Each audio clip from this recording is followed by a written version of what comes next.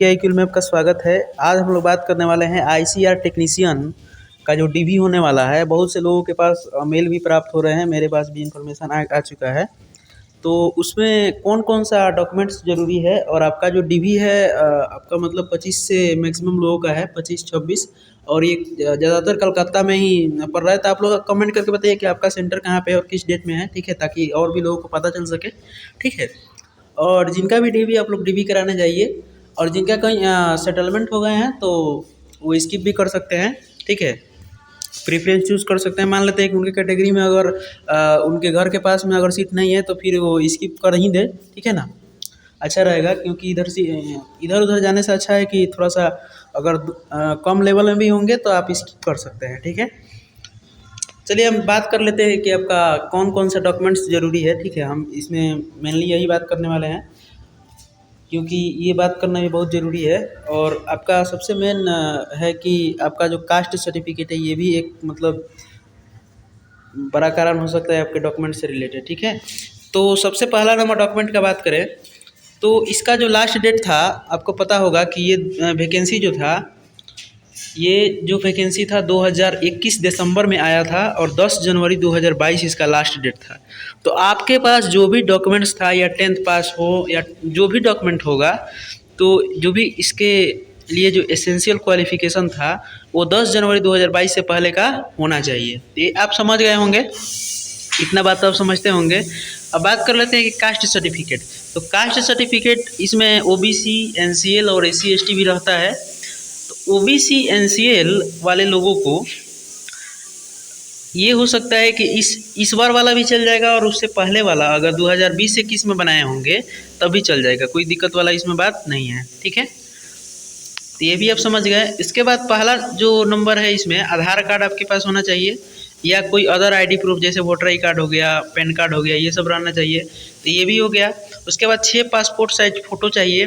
अब 6 जो passport size photo चाहिए, ये ऐसा बात नहीं है कि आपका बस केवल वही जो आप फॉर्म फिल में डाले थे वो चाहिए। अगर आपके पास दूसरा भी कोई होगा तो चल जाएगा, ऐसा कोई बात नहीं है क्योंकि काफ़ी पुराना हो गया होगा वो फ़ोटो, तो आप लेटेस्ट ही बनवा कर दे सकते हैं। या अगर वो है जो फॉर्म डाले हैं तो वो है तो कोई दिक्कत वाला बात नहीं है। 6 फ़ोटो चाहिए, ठीक है? 10th का मार्कशीट चाहिए क्योंकि ये 10th पास पर ही वैकेंसी था, तो 10th का मार्कशीट चाहिए ही चाहिए।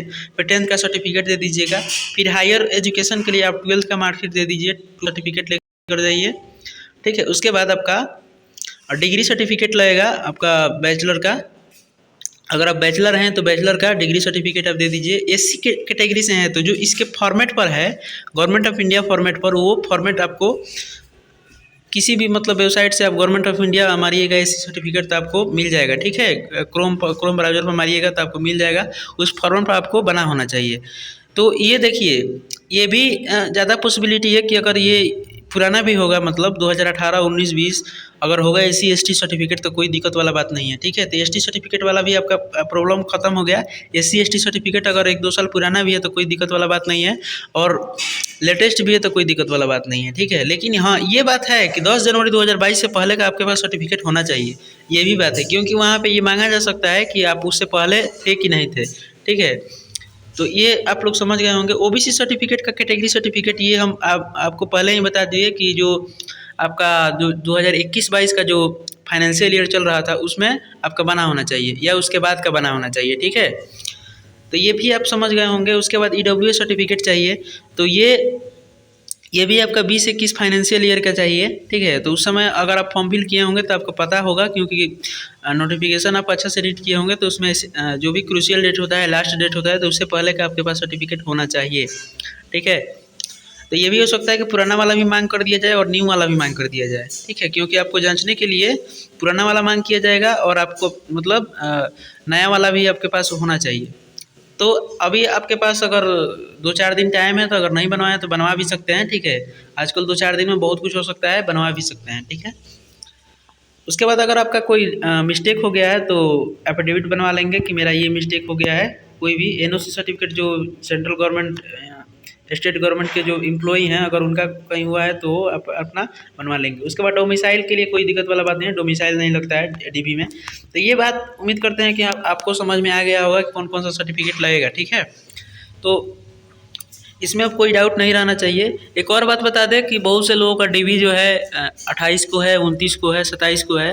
तो इसमें जो आपको शॉर्ट लिस्टेड किया गया है 1.7 टाइम्स शॉर्ट लिस्टेड किया गया है, ठीक है। यानी लगभग 1395 कैंडिडेट को शॉर्ट लिस्टेड किया गया है। सीट कितना है तो 802 ही सीट है, ठीक है। उसमें भी क्या हुआ कि बहुत से कैटेगरी वाइज किसी का घट गया, किसी का बढ़ गया। खासकर ST कैटेगरी वालों को क्या हुआ कि 4 सीट घट गया। बाकी कैटेगरी वालों को तो ज़्यादा फायदा हो गया, लेकिन ST कैटेगरी वालों का 4 सीट ही घटा दिया गया। तो ये तो सबका भरा तो वो भी भरना चाहिए। बहुत से कैंडिडेट इसके लिए भी नाखुश हैं, लेकिन कोई नहीं। अगर आपका इसमें नाम है, कोई भी कैटेगरी हो, तो आप लोग अगर कहीं जॉब नहीं हुआ है तो आप लोग बिल्कुल जाइए, DB कराइए, ठीक है। अगर कहीं आपका जॉब हो चुका है तो अगर आपको अच्छा लगे तो जा सकते हैं, अगर नहीं अच्छा लगे तो आप स्किप भी कर सकते हैं, ठीक है। मिलते हैं फिर किसी अगले वीडियो में ऑथेंटिक जानकारी के साथ। जय हिंद। अगर आप नए होंगे हमारे चैनल पर तो चैनल को सब्सक्राइब करके बेल बटन जरूर दबा देंगे, क्योंकि मेरे चैनल पर जो भी जानकारी मिलती है, जो ऑथेंटिक होगा वही जानकारी मिलेगा, ठीक है ना। तो मिलते हैं फिर किसी अगले वीडियो में। जय हिंद।